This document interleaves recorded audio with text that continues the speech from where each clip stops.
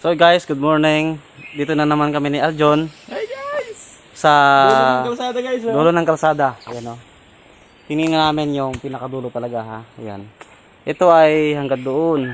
Yung simulain doon eh. So, siyempre, tapos na.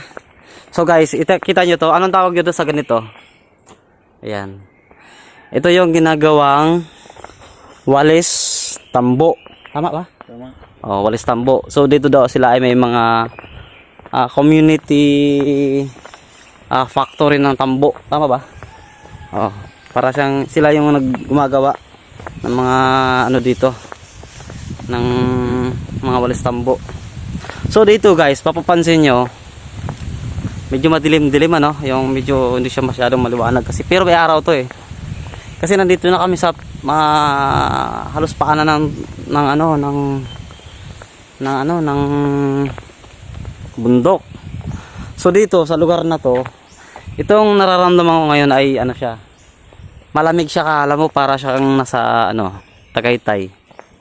Medyo mababa lang ng konti.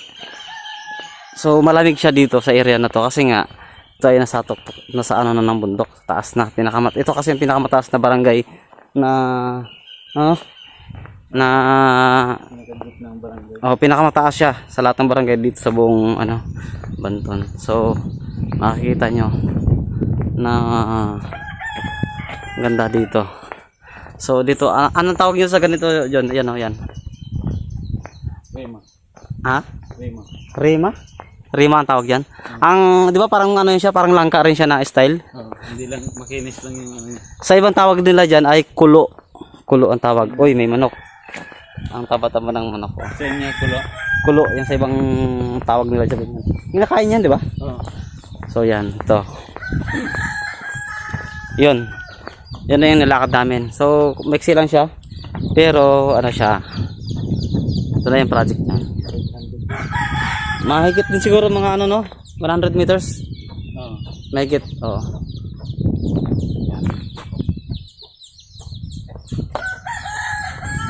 So, sa layo nun, ito kasi ang pinakadulo na talaga.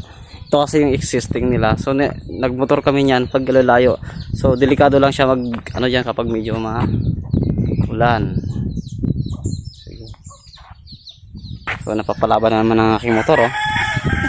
Napapalaban na naman. Kabida-bida na naman natin ang motor na to. Oh, tara. Ayun, ang dami, oh. Ang dami silang bala dito, no? Oo. Mabit yun yan. Oo. Pauwi na kami. So, ay, teka lang. Ayan ako pala. Kaya kabit ako.